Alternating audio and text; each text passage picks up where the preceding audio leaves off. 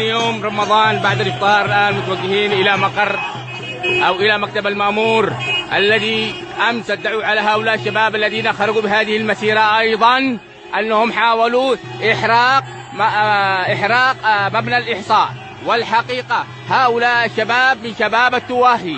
هذه رسالة حقيقية لتثبت العالم بأن موقع الأمناء ما هو إلا موقع مأجور. ورأيتم الأخبار الأمس الذي زيف على أبناء عدن وأبناء التواهي. والسلام عليكم.